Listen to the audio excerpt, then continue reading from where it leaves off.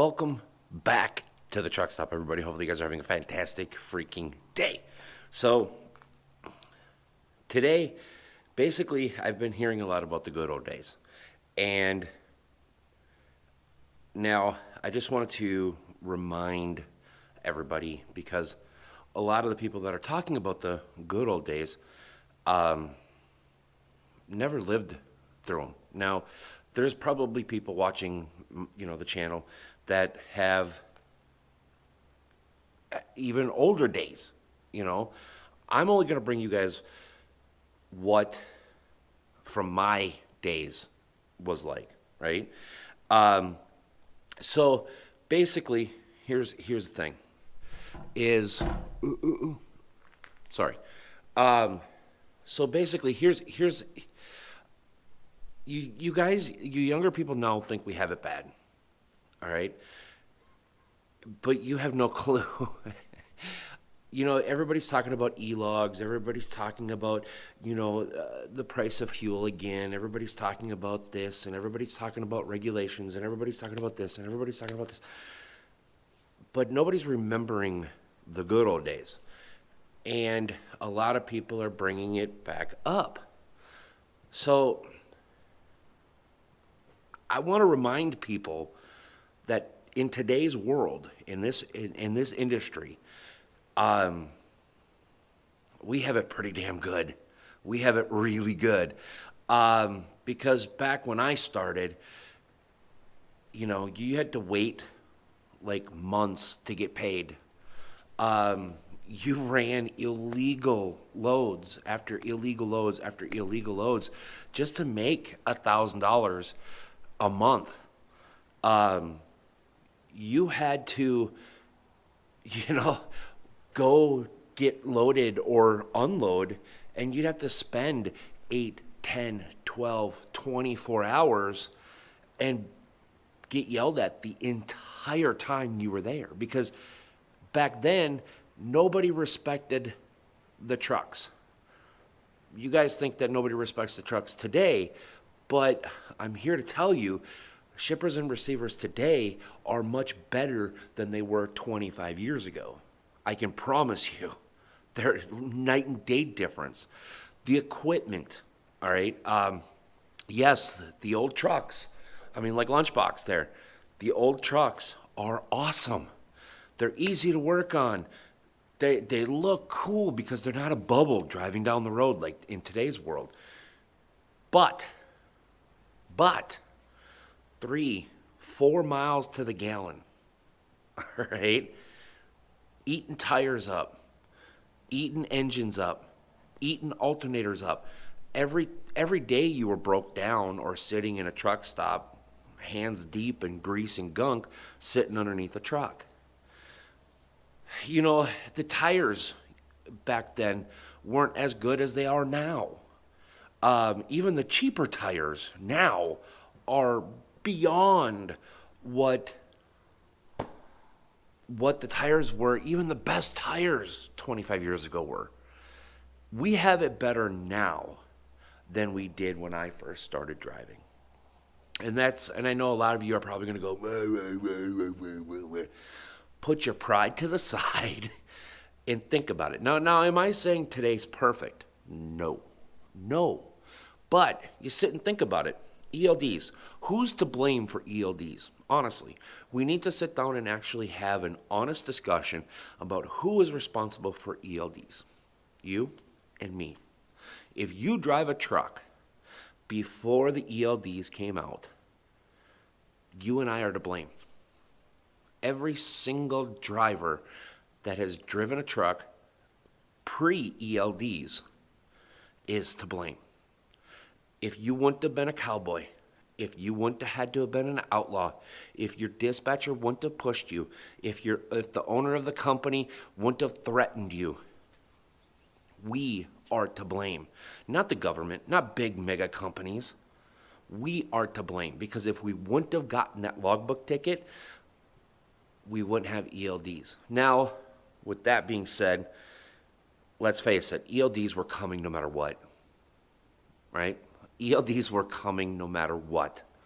They've been in works for many years. I mean, you go back to the days of, no cell phones, which I was a part of, everything like that. Everybody was talking about the black box, the black box. Oh my God, the black box.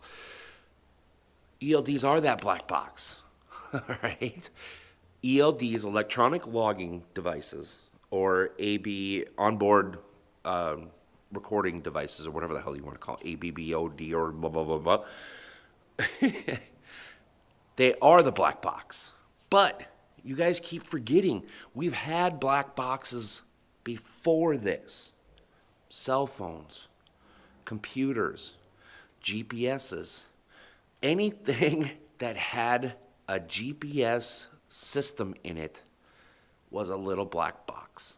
I mean, hell, your PS3, your PS4, anything, any electronic device that you guys had in your truck that had a GPS system in it, Wi-Fi system, which requires a GPS system, you had a little black box.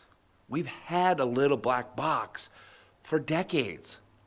Well, for at least 10 years. So I don't understand what the oh my God, it's the ELDs. The ELDs are not ruining the industry. We are. Because outlaws want to drive these in today's world, but in yesterday's rules. You can't have your cake and eat it too. Now, I agree with everybody. The industry is broke. It's broke. But there's not a single thing that you or I can do, because here's why. I've said this many times before. The government is huge business, right? That's all it is. It's strictly just a business. It doesn't care about you. It doesn't care about me. So I don't know. I don't understand this whole political warfare thing that we've got going on now. But that's not in this video. But the reality of it is the government is big business. Big business caters to other big business. The Warners, the Schneiders, the JBs, the CR Englands, the Primes, the Prides, whoever these big mega companies are, of course they're going to get catered to, because big business supports big business. It's economics 101. You support the little people because you're a little person. I'm a little person. I support my local grocery store even though I'm paying 10 times more than I could if I drove 45 minutes to an hour to a Walmart, because they're little like me. They're not a mega company. You see where I'm going with this? So in today's world, you can't have yesterday's equipment or rules. In today's world, you have to have today's equipment, today's rules, you get the picture. You get the picture. So, I mean, everybody wants to talk about the good old days, where, like I said, you break down every day. You were only getting 3-4 miles to the gallon. Tires were, nothing to blow 2 or 3 out a week. You sat at chippers and receivers for days at some points, waiting to get into your dock to get delivered or to get loaded. Nobody ever talked about detention time because it wasn't a thing back then. You said detention time, especially when I started driving, you were going to get kicked out and you were possibly going to get fired because it wasn't a thing back then.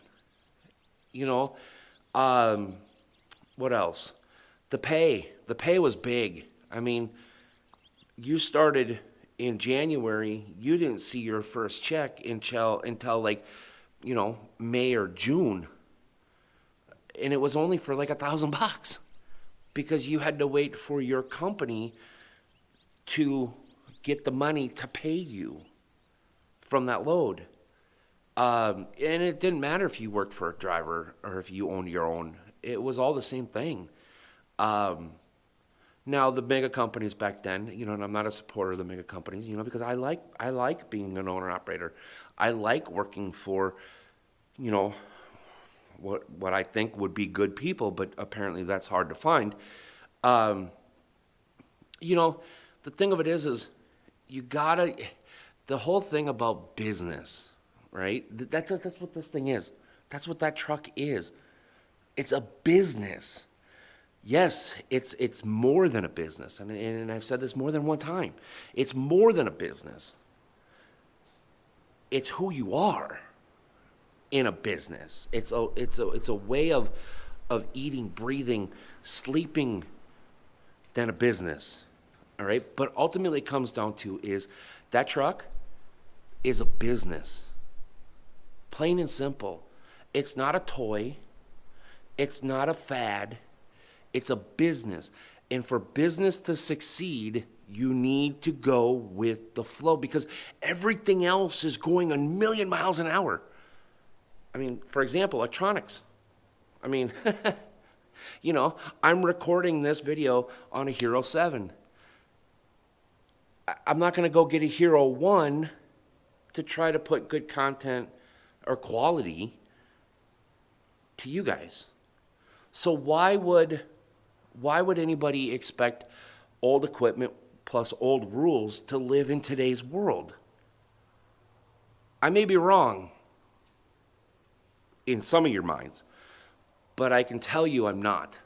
I'm not the oldest person out here. Never said it was. I never said I will be. I'm not the smartest person. Never said I was. Never said I will be. And I don't know anything. All I know is how to make that truck or any other truck go up and down the road successfully. That's it. Whether it's for myself or a quote unquote, good company that supposedly has my backs, that's a problem. That is a problem. If you guys want to do anything about this industry, accountability, people. Accountability, but yeah, I'm going back to the company, the Trello days. Just this industry has become nothing but lies, smoke, mirrors. I'm gonna F you over so I can make an extra 50 cents. I'm gonna F you over because I don't like the way you do things. I'm going to F you over because you told me the truth from the get-go. We mistakenly hired you. Now we got to fire you.